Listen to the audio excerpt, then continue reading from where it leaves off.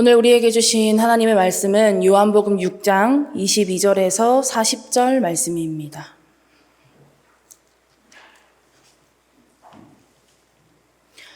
신약 성경 153쪽에 있는 요한복음 6장 22절에서 40절까지의 말씀, 제가 한 절, 여러분들이 한 절 교독으로 보겠습니다. 제가 먼저 읽겠습니다. 이튿날 바다 건너편에 서 있던 무리가 배 한 척 외에 다른 배가 거기 없는 것과 또 어제 예수께서 제자들과 함께 그 배에 오르지 아니하시고 제자들만 가는 것을 보았더니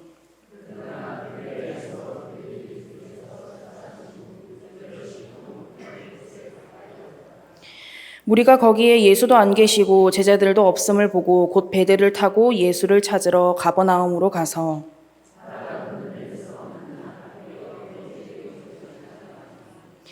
예수께서 대답하여 이르시되 내가 진실로 진실로 너희에게 이르노니 너희가 나를 찾는 것은 표적을 본 까닭이 아니요 떡을 먹고 배부른 까닭이로다.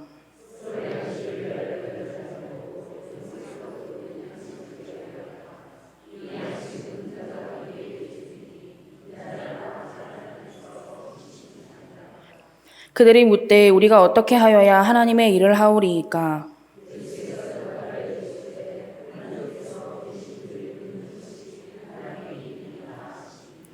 그들이 묻되 그러면 우리가 보고 당신을 믿도록 행하시는 표적이 무엇이니이까? 하시는 일이 무엇이니이까?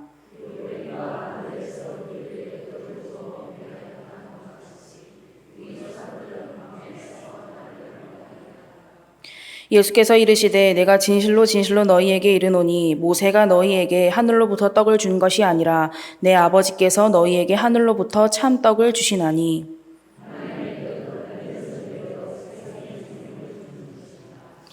그들이 이르되 주여 이 떡을 항상 우리에게 주소서.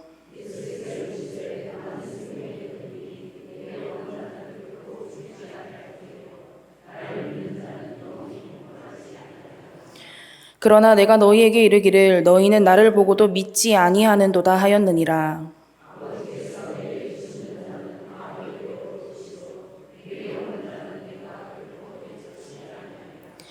내가 하늘에서 내려온 것은 내 뜻을 행하려 함이 아니요 나를 보내신 이의 뜻을 행하려 함이니라.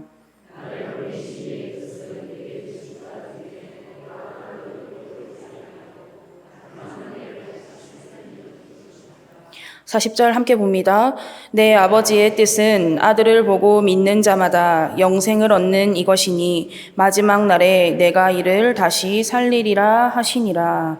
아멘. 할렐루야. 오늘도 하나님의 말씀을 통하여서 풍성한 은혜 누리시기를 축복합니다. 사람이 살아가면서 자신의 존재 가치를 어디에 두느냐 하는 것은 매우 중요합니다. 자신의 존재 가치를 어디에 두느냐, 무엇에 두느냐에 따라서 삶의 내용이나 방향이나 목표나 이유가 완전히 달라지기 때문입니다. 자신의 존재 가치가 곧 삶의 가치가 되는 것입니다. 어떤 사람은 자신의 존재 가치를 물질에 둡니다. 이런 사람들은 돈을 많이 벌고 물질을 쌓아둬야만 자신의 삶이 의미가 있는 것 같고 자신의 존재가 인정받는다고 생각합니다. 그래서 돈을 벌기 위해서 갖가지 노력을 합니다. 투자를 합니다. 심할 경우에는 돈을 벌기 위해서라면 수단과 방법을 가리지 않고 불법을 저지르기도 합니다. 또 어떤 사람들은 자신의 존재 가치를 사람들의 관심을 받는 것에 둡니다. 이런 사람들은 자신이 사람들의 관심을 많이 받으면 받을수록 자신의 삶이 의미가 있고 자신의 존재가 인정받는다고 생각합니다.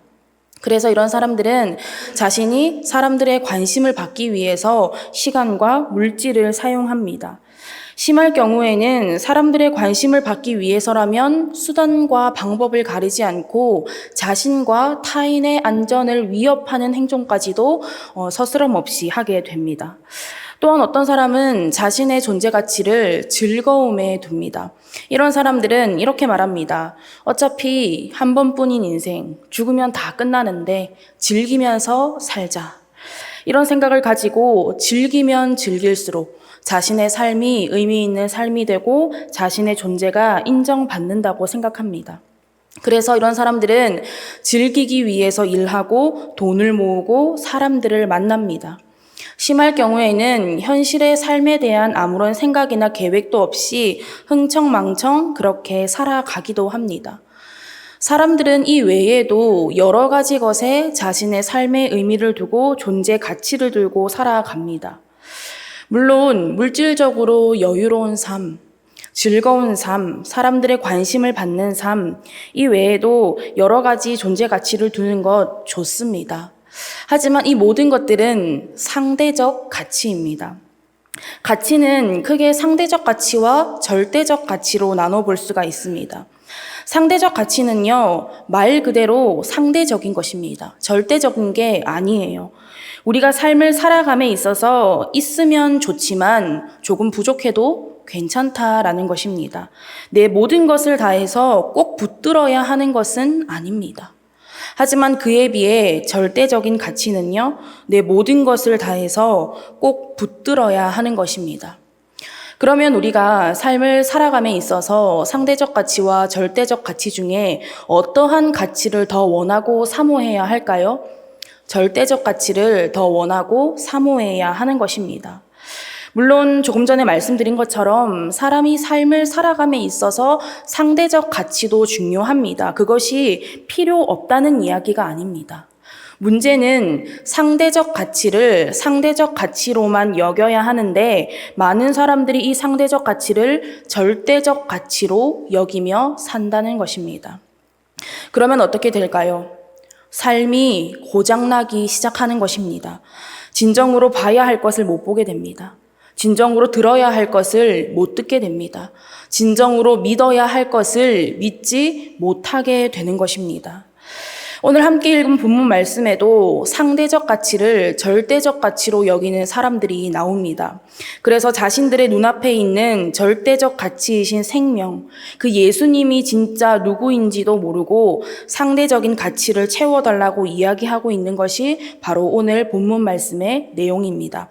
본문 24절과 25절 말씀입니다.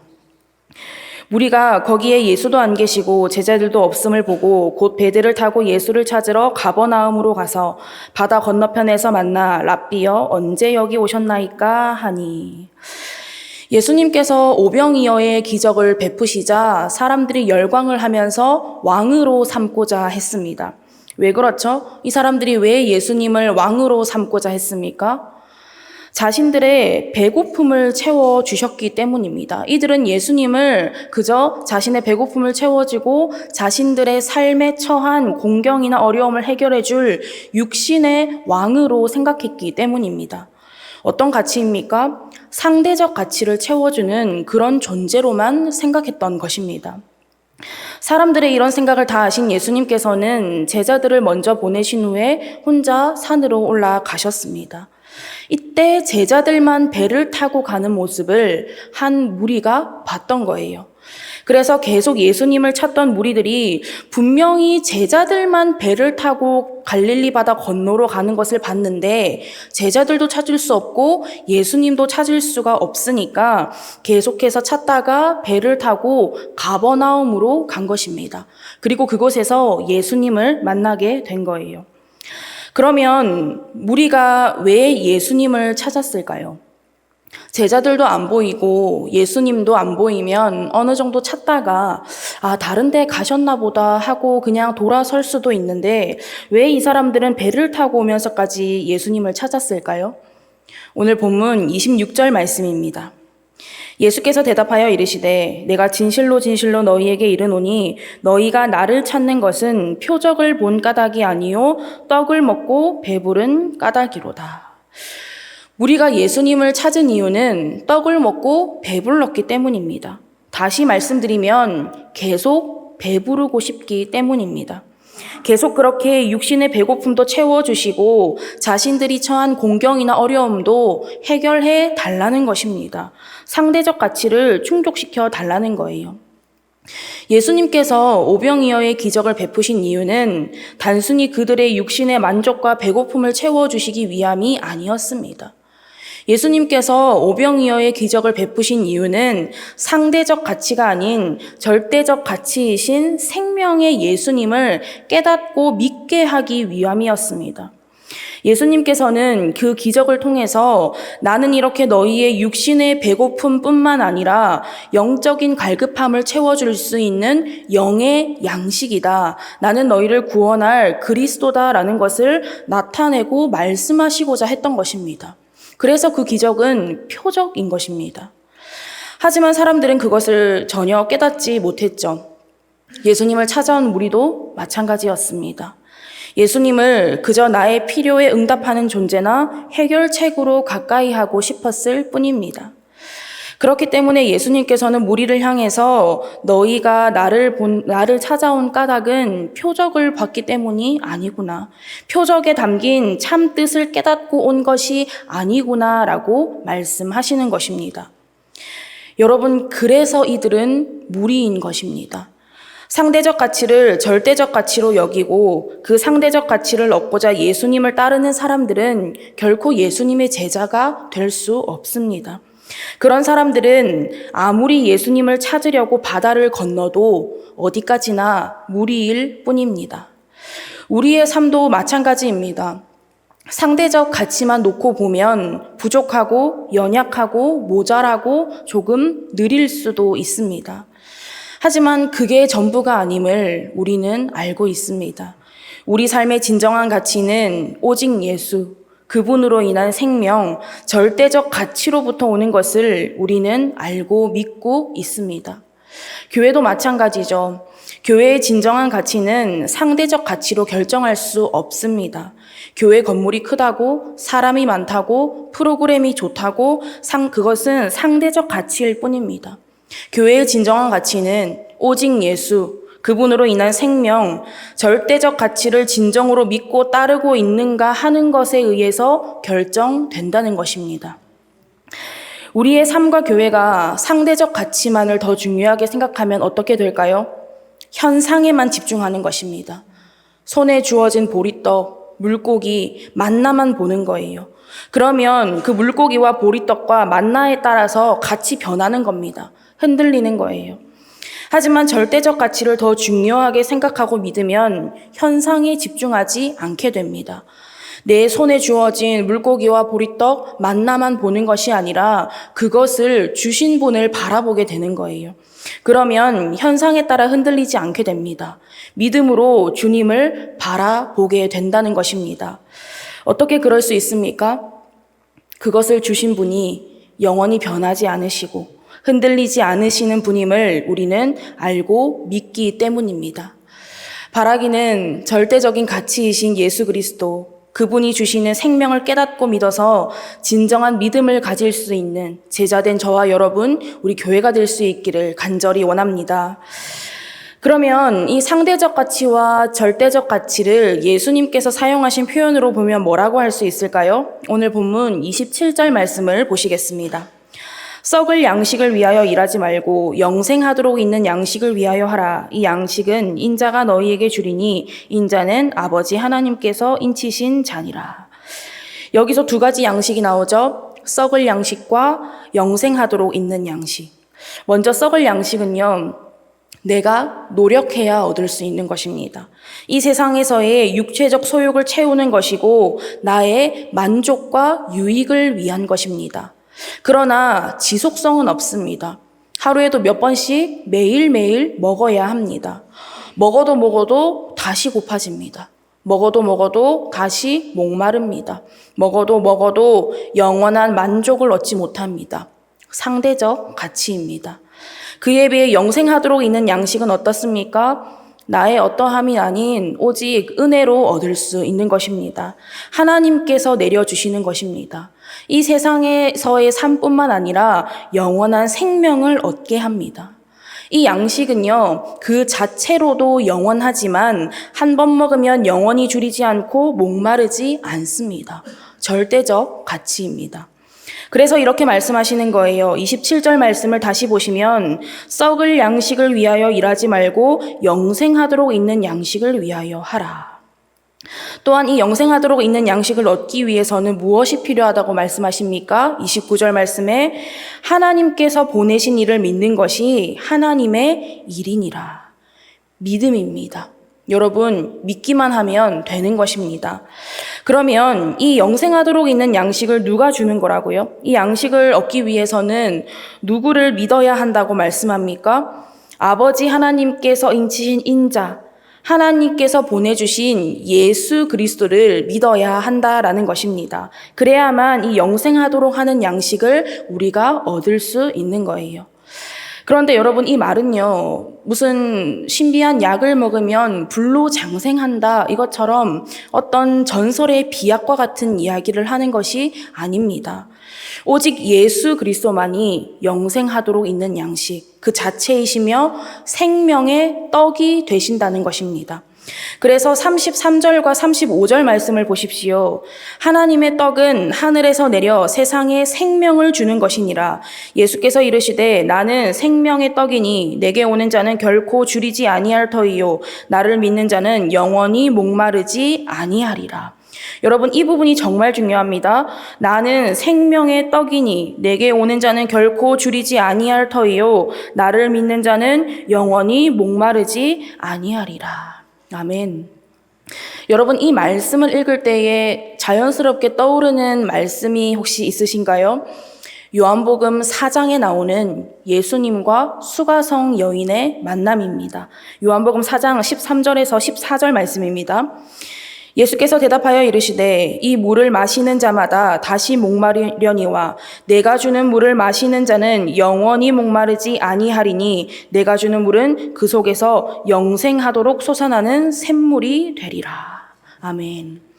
이 여인은요, 상대적 가치만을 쫓아 사는 그런 삶을 사는 여인이었습니다.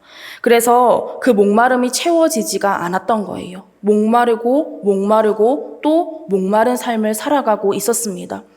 그러나 이제는 절대적인 가치이신 예수님을 만났습니다.